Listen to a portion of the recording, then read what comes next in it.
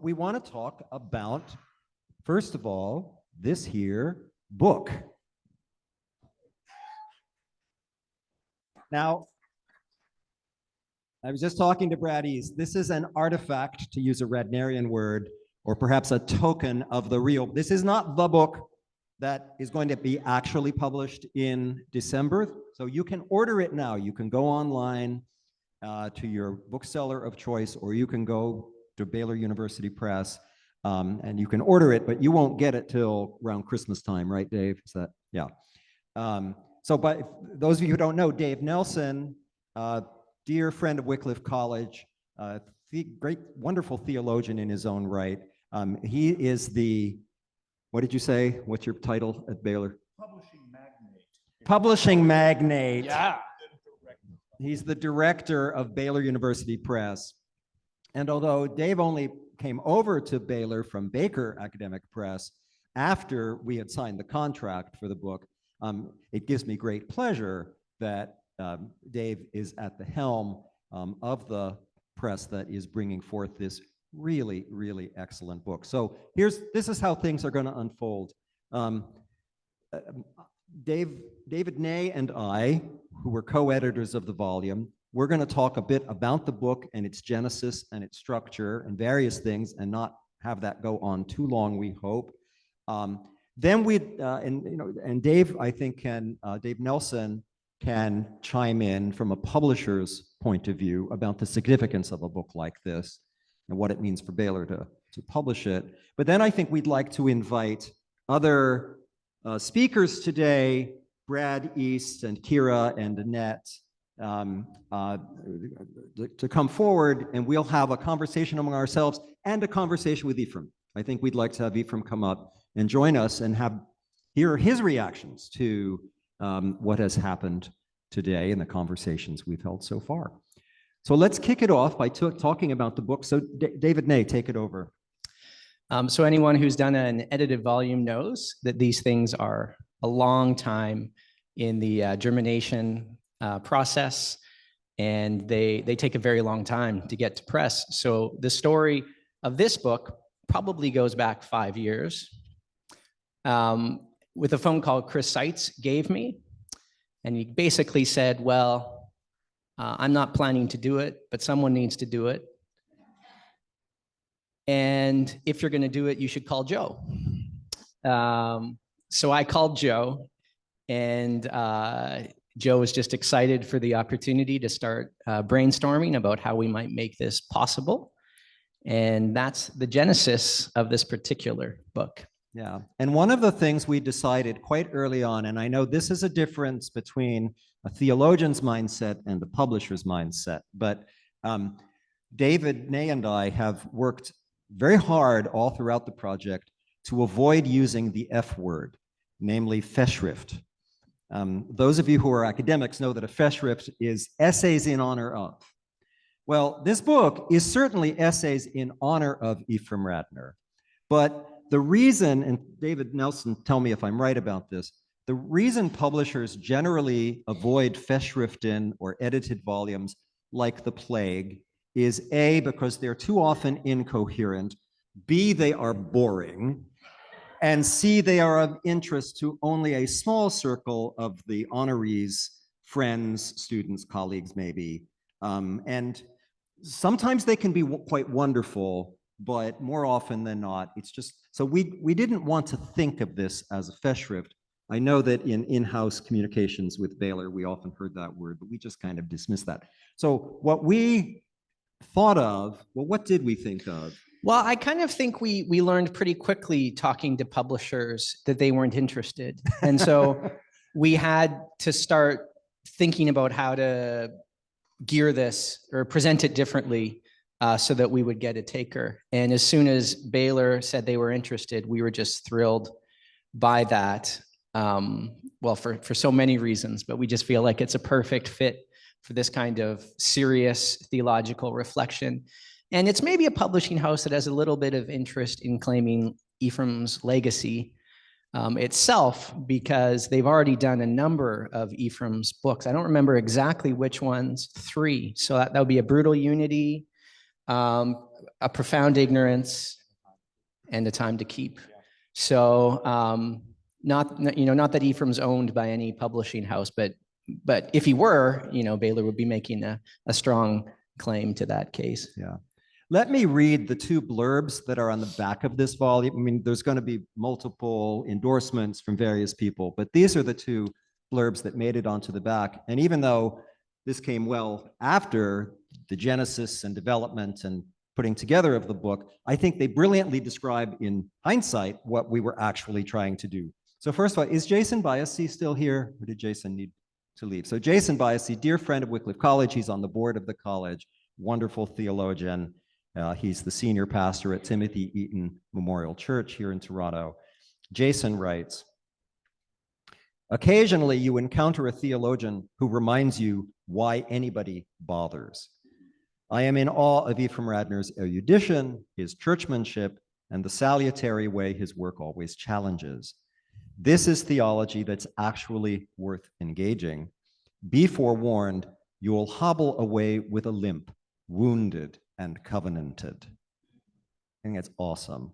And then from Wesley Hill, also another dear friend of Wycliffe College who teaches at Western Theological Seminary in Michigan, Wes Hill writes, Ephraim Radner's theological work is widely acknowledged as a uniquely generative, inspiring force in worldwide Anglican Christianity and beyond. However, it is just as widely recognized as difficult, even opaque at times. So we have long needed a volume like this. Radner for the rest of us, you might think of it. Annette has already quoted that. Here, a remarkable assembly of his, and this is the part that I think just describes the book so well. Here, a remarkable assembly of his colleagues, friends, and former students have united like a team of accessible, enthusiastic tutors to help explain what the maestro is up to. It is a gift to us all, and it will send us back to Radner's remarkable oeuvre with fresh eyes. So that's who we are. We are a team of accessible, enthusiastic tutors. Or to change the metaphor, David Ney and I were responsible for herding a team of about 18 cats. And cats yourselves, right? Our cats ourselves. We were among the cats ourselves, and trying to produce a volume that had a certain coherence to it, that had an order to it, and that would serve as an accessible and inviting threshold for people to cross into the world of Radner's theology. Does that sound about right to you, David? And one of the things we had to do if we were going to honestly and sincerely tell publishers, in this case Baylor, that we weren't just doing another Festschrift, was that we would have the articles very focused on expositing Ephraim's thought. So we told our authors, half is for Ephraim, half is for you. And so I think they've done a pretty good job of doing that. Some cats were harder to herd than others. Right, but I think it. In the end, everybody followed instructions, and so we got exactly what David just described: a mix of exposition of Radner's thought, and then engagement, critique, locating in larger theological conversations, and so on. And when it came to our job as editors, the trickiest thing was thinking about what might be a theological center to hold things together, because Radner's work heads off into so many fascinating and interesting directions. And I'm not sure Joe and I agree on how we came to this, but eventually we realized that there were three basic loci, and those were scripture, creation, and church. And so we decided to use that as an organizing principle for the volume. So we have a few essays under scripture, a few essays under the heading creation, and then a few essays under the heading church. And as I am recalling now, in those early conversations, first we were thinking chronologically and sequentially. That is to say, no, Ephraim's, well, there was the work on Jansenism, which was his dissertation, but the first book to be published was The End of the Church, And a lot of Ephraim's work in the late 90s, early 2000s was ecclesiologically focused, had to do with Christian unity and disunity. And that's, as we've already heard, that's when he was so deeply involved in efforts to hold the worldwide Anglican communion together, the proposed Anglican covenant, and so on. So there was this ecclesiological focus. And then I had the sense from my own conversations and co-teaching with Ephraim that the Leviticus commentary, I'd like to hear a bit more about this when he comes up in a while, that the Leviticus commentary, which is in the Brazos series, and Ephraim, is it true that you were outside the room? You got Leviticus because you went to the restroom and came back and all the other books had been taken, right? So you got Leviticus there, but that ended up being a providential blessing to us all, because that is an extraordinary figural Christological reading of Leviticus. So the way I was seeing things chronologically was a progression from ecclesiological focus to a creation focus via Leviticus. And I think a lot of the themes of mortality that have continued to bear fruit in books like Mortal Goods, Time to Keep, some of those seeds were planted in the Leviticus commentary. But then finally, after giving us brilliant and helpful figural exegesis of Scripture for many years, finally Ephraim turned to reflecting on his own theology of Scripture. So we got Time to Keep, Time in the Word in 2016, and that was sort of his statement on, his theology of Scripture, as we heard from Brad wonderfully today, on his ontology of Scripture. So we had this kind of sequential progression, but then I think it was your idea that the order of discovery was not necessarily the sort of the intrinsic ordering of these things. And we want to say a word about that? So we've contrasted the order of discovery from the order of being. And in the order of being, as you already can gather from the talks this morning, Scripture's first, right? The fancy pants way of saying that is ontological priority of Scripture, but it's a sense that this is not just first methodologically, that he uses Scripture verses to come up with the points he wants to make, but that somehow this precedes all things, and history is in fact the unfolding of the Scriptures, as we've spoken about. So when it comes to an order of being, then Scripture gives way to world, gives way to the church, or that's actually not the right way to put it at all, but Scripture births creation, which births the church. And so that's the ordering that we've elected to choose for the volume.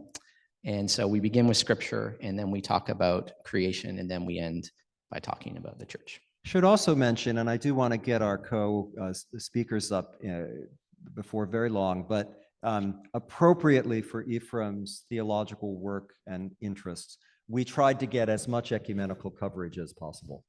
So we have Anglicans, we have Roman Catholics, is John Baer our only Orthodox person? Yeah. We've got some obscure Anglicans in there. Rowan Williams, have you heard of this guy, right?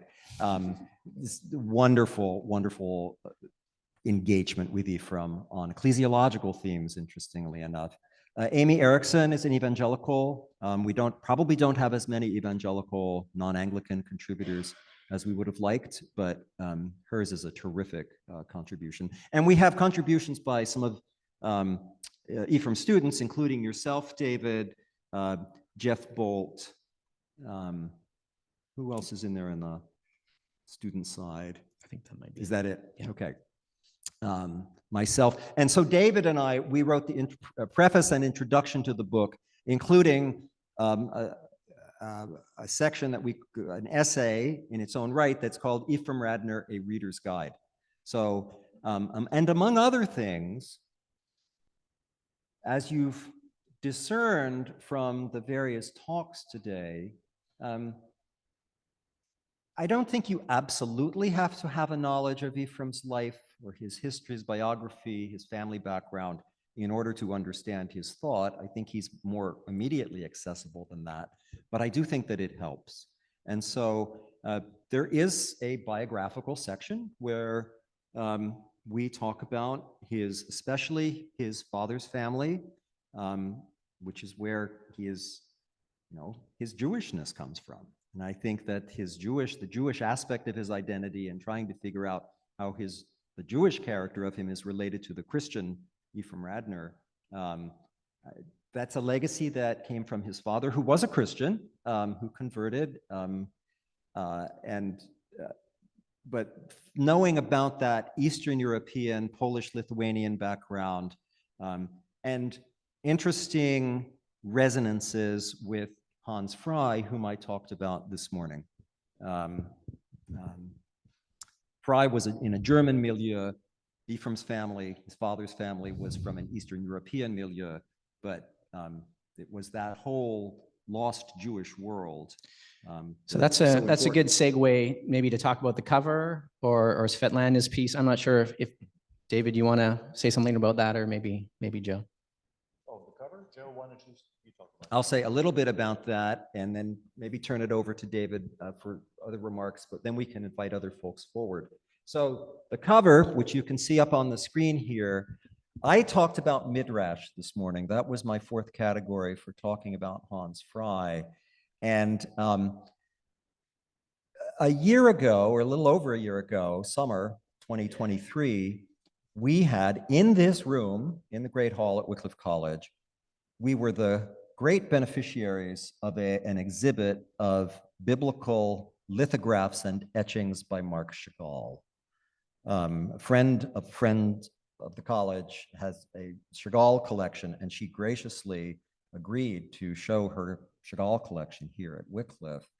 And Ephraim gave a terrific talk on just this little unassuming Chagall sketch of an angel. And is that available? I think are those available via the Wycliffe website, those talks?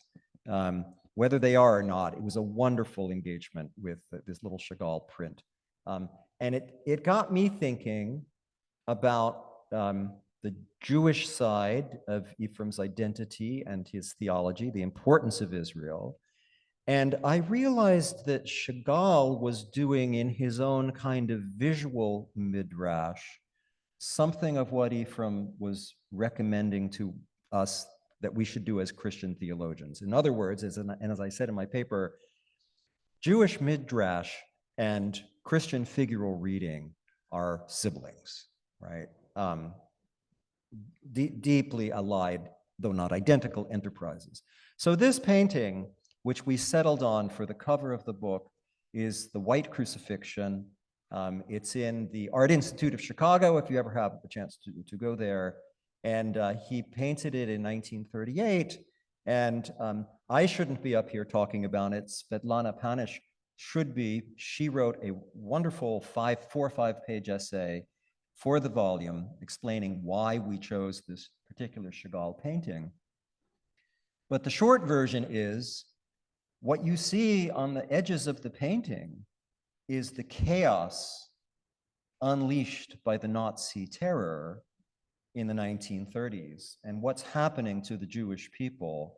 And you see burning synagogues, and you see marching armies, and you see the wandering Jew, the figure in green at the bottom right with his sack going on his way into exile. You see on the left a man holding a synagogue scroll and maybe carrying it away to safety. So it is the chaos, it is Israel's suffering, it's the suffering of the Jewish people, but also emblematic of all of human suffering in post-Adamic humanity. But at the center, holding it all together, is the crucified Jesus. And a crucified Jesus who is very much a Jewish, obviously and visibly Jewish Jesus, with a prayer shawl, wearing a prayer shawl, and bathed in light that's coming down from above. And it seemed to us that this was an amazing figural midrashic performance on Chagall's part, regardless of whatever Chagall's own religious views might have been, Christian, Jewish, whatever in between, humanistic. That's really quite beside the point. The point is that his imagination was biblically saturated in a way that's very much like Ephraim's work. So we got permission for the use of this painting. We have a short essay by Svetlana that talks about it. Dave Nelson, do you want to chime in a bit? Don't worry, I won't say much. It's horrifying to hear from a publisher, so I'll just try to keep my remarks brief here. But I think the very first thing to say would just be to the two of you, well done. It's a book that is celebrating Ephraim and his contribution, but you two deserve congratulations and a well done and a pat on the back for putting together a good book. It's a good book. And that's the point. It's a good book. The reason why publishers tend to cringe anytime someone says, I'd like to put together a Festschrift for someone, is because, as a rule, they are not good books. As a genre of theological literature, Festschriften have a sketchy and frankly rather brief history. It's kind of a leftover of the Germanic academic culture that burst forth on the scene towards the beginning of the 19th century. And as that century unfolded, these books began to appear in German. And typically what they look like is you just had the friends of whoever was being honored just find something that they had written and maybe published elsewhere and just kind of throw it together into a book. When I was back at Baker Academic, our publisher there used to joke whenever somebody would bring up the dreaded F word, he would always say, just buy them a birthday cake. I mean, right? Why do we have to go through all the trouble to make something like this happen? But so consequently, as a book, as something to be read from cover to cover, the typical book written in honor of someone else, it's not a very satisfying experience. And when you combine that with the fact that for the most part, they're very expensive, it can be a tough prospect for a publisher to get on board with. What you have done so admirably here, Joe and David, is to put together a book. And you're right, it is cats herding cats.